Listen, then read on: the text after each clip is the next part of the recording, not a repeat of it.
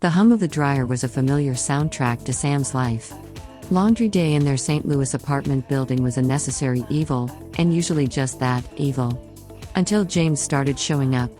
James, with his unfairly golden hair and eyes the color of a summer sky, always managed to make the mundane feel, well, different. Sam, with his dark features and a gaze that could melt steel, found himself subtly observing James from the corner of his eye, pretending to be engrossed in the lint buildup of his dryer. It was a silent dance they'd been performing for weeks. A shared nod here, a fleeting smile there, each encounter a tiny spark in the otherwise bland routine. The air crackled with a barely there energy, a hum only their Gaydar seemed to register.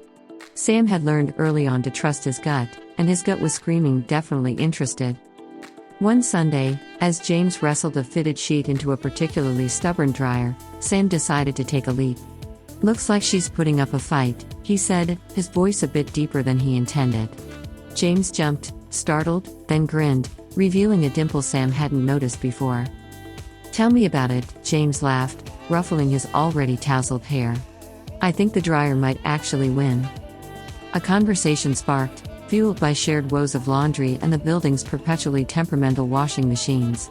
They talked about jobs. James was a graphic designer, Sam a software developer, and their shared love for the city.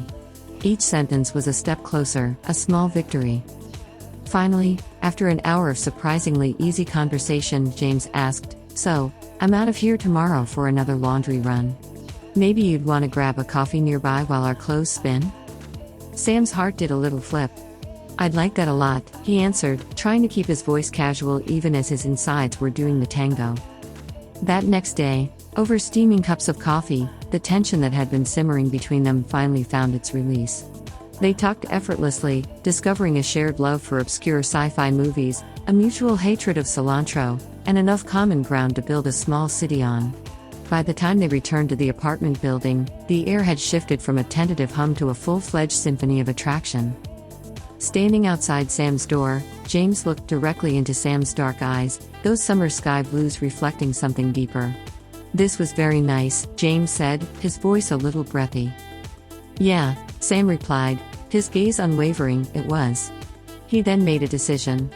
He closed the small space between them and placed his lips on James's.